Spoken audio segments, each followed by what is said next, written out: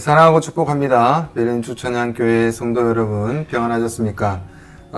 지금은 제 책상 위에서 진행하고 있습니다. 기쁜 소식은 아까 승혜 집사님한테 연락 왔는데 정부에서도 발표가 났고 5월 4일부터는 50명 정도 예배는 드리는 것은 허용이 되었습니다. 그래서 50명이면 요즘에 우리 교회는 충분히 모일 수 있으니까 이번 주 말고 다음 주 말고 5월 10일 예배 때 그때 다 같이 모여서 이제 함께 예배 드리도록 합시다. 그때까지 다 잘 진전이 될 수 있도록 모두가 기도해 주시고 더욱더 힘써 주시고 또 특별히 이웃을 되돌아봐 주셔서 모두가 이것이 잘 마무리되고 또 예배로 정상으로 복귀될 수 있도록 힘써 주시기 바랍니다. 오늘 말씀 하루 묵상 시간, 오늘 말씀은 누가복음 15장부터 시작되는 이야기로 시작되어서 17장까지 진행이 되고 있습니다. 17장까지가 원래 이 세 장의 한 묶음으로 되어 있습니다. 그러면 함께 진행되는 17장 전에 있는 걸 생각하시면서 말씀을 보도록 하겠습니다. 오늘은 이 10절까지만 17장 10절까지만 보도록 하겠습니다. 1절부터 보면은 1절입니다. 17장 1절. 예수께서 제자들에게 이르시되 실족하게 하는 것이 없을 수는 없으나 그렇게 하게 하는 자에게는 화로다 라고 합니다. 실족해 하는 자가 나오죠. 실족해 하는 자라면 실족하게 하는 자도 있고 또 실족을 당하는 자도 있을 것입니다. 그럼 누가 실족해 하는가? 이전에 보면은 바리새인이 나오죠. 이전에 바리새인 우리 기억하십니까? 주일날 말씀에 부자와 거지에 대한 비유에서 바로 부자가 바리새인이었고 그 비유는 곧 예수님께서 바리새인에게 하셨던 말씀이 되겠죠. 그래서 15절부터 보면은 대상이 많아요. 15절부터 세리와 죄인 바리새인과 서기관들에게 말씀하시고 16장에 들어와서는 제자들에게 말씀을 하셨다가 그 다음에 이제 옆에서 비웃는 바리새인에게 예를 들어서 거지와 부자와 거지 얘기를 하시게 되는 거죠. 각 대상에 따라서 경고에 대한 내용이 다르게 되죠. 그래서 제자들에게 말하니까 바리새인들이 이렇게 하는 것들이 있는데 제자들 너희도 조심해야 된다라고 하시는 말씀이 오늘 17장 말씀입니다. 그래서 제자들에게 오늘 말씀하시는 것입니다. 즉 바리새인들도 실수가 있는데 이런 실수를 너희가 할 수 있으니까 조심해라 라는 내용이 되겠죠. 이는 바로 율법주의에 붙들려 있는 그 바리새인들, 율법을 잘못 해석하고 수많은 다른 범주들을 만들어서 백성들을 정죄로 넘어뜨렸습니다. 이것이 바로 실족해 하는 자죠. 그래서 실족해 하는 자가 있고 실족을 당하는 자가 있게 되는 것입니다. 그런데 이렇게 실족해 하는 자에게 화가 있다라고 하십니다. 2절에 그가 이 작은 자 중에 하나를 실족하게 할진대 차라리 연자맷돌이 그 목에 매어 바다에 던져지는 것이 나으리라. 이게 무슨 말이죠? 실족해 하는 자에게 그렇게 하는 자에 화가 있는데 화가 나는데 그 화가 뭐냐 하면 화에 대해서 더 크게 비중을 두고 말씀하시는 것입니다. 이게 무슨 말이냐면 화가 있는데 그 화가 얼마나 무서우면 차라리 연자맷돌을 목에다 걸고 바다에 들어가는 것이 오히려 낫다라고 할 정도로 화가 무서움, 화에 대한 여러 가지 엄청난 것을 설명하는 것입니다. 무슨 진노이길래 이럴까요? 구체적으로 이런 내용 나오지 않지만 전장의 16장에 보면은 이 부자가 갔던 바로 지옥이 되겠죠. 그럼 이 화는 마지막 종말의 심판을 말하는 것이 되는 것입니다. 3절에 너희는 스스로 조심하라. 만일 내 형제가 죄를 범하거든 경고하고 회개하거든 용서하라. 너희는 조심해라. 형제가 죄를 범하거든 경고하고 회개하거든 용서해라. 네, 이 용서하는 것, 용서에 대한 것은 우리가 전에 보았던 바로 그 형제에 대한 이유가 나오죠. 그 첫째 아들과 둘째 아들, 우리 형제인데 그 형제에 대한 비유에서 둘째가 나가서 죄를 짓고 방탕하게 있다가 돌아와서 받아들이긴 회개하는 일이 벌어지게 되는 것이죠. 그래서 그 형제는 바로 이 둘째 아들 방탕한 형제를 얘기합니다. 내 형제가 죄가 범하거든 형제 바로 아들이 방탕한 형제 돌아온 탕자 죄인이었고 다시 돌아온 탕자 그리고 첫째 아들인 탕자가 또 있었죠. 바리새인이라 그랬습니다. 첫째 아들은 바리새인. 또 4절에 보면은 만일 하루에 7번이라도 내게 죄를 짓고 7번 내게 돌아와 내게 회개하노라 하거든 너는 용서하라 하시더라. 하루에 7번이라도 내게 죄를 짓고 7번 내게 돌아와 회개하도 7번 용서해라는 것입니다. 7번은 완전한 수죠. 무제한입니다. 계속 용서하는 것입니다. 이 과연 가능할까? 네, 이렇게 하라라고 말씀을 하십니다. 이렇게 하라라고 했더니 이제 5절 말씀에 사도들이 주께 여짜오되 5절입니다. 우리에게 믿음을 더하소서. 우리는 그렇게 할 수 있는 믿음이 아닙니다. 우리에게 믿음을 더하소서. 이렇게 되는 것 같죠?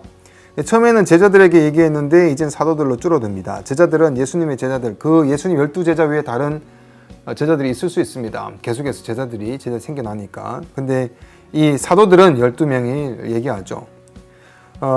믿음을 더하소서, 사랑을 더하소서도 아니고 믿음을 더하소서, 넉넉하게 용서할 수 있는 사랑이 아니라 믿음을 더하소서.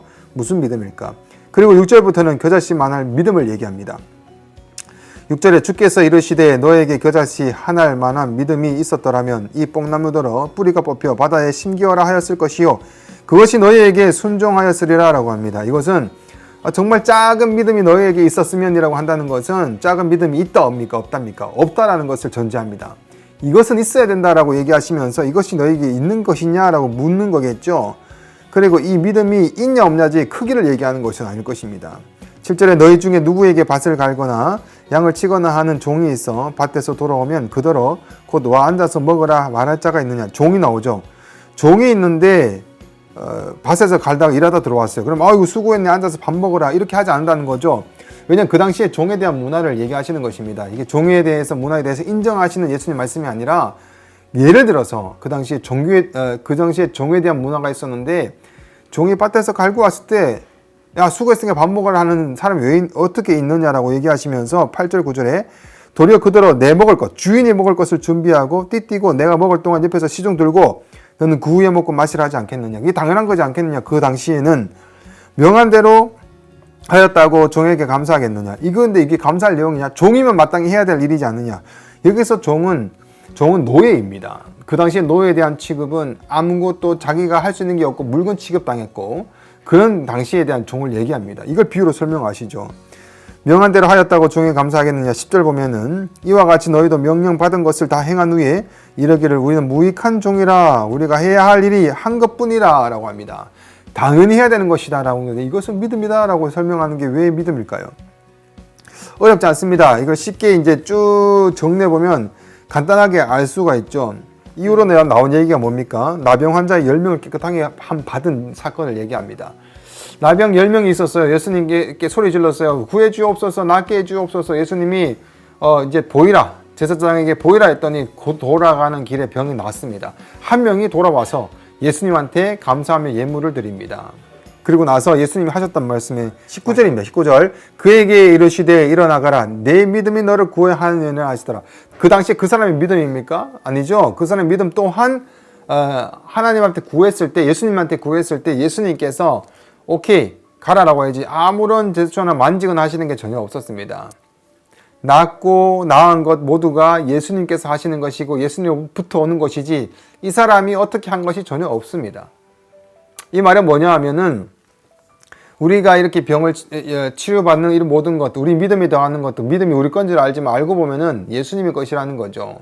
그리고 종의 비유가 나왔습니다. 그럼 종은 우리가 뭐든지 하든지 간에 물건에 취급, 무익한 종, 아무것도 할 수 없는 종, 아무것도 그냥 물건 취급에 받는 이런 종입니다.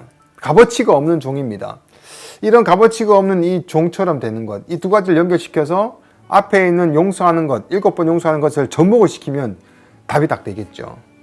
우리가 다른 사람을 용서할 때는 어떻게 해야 됩니까? 우리가 용서함 받은 것처럼 해라라는 것이죠. 우리가 은혜 받은 것처럼 예수님이 믿음을 주신 것, 우리가 그 믿는 믿음을 가지고 해야 된다라고 해서 믿음을 구했습니다.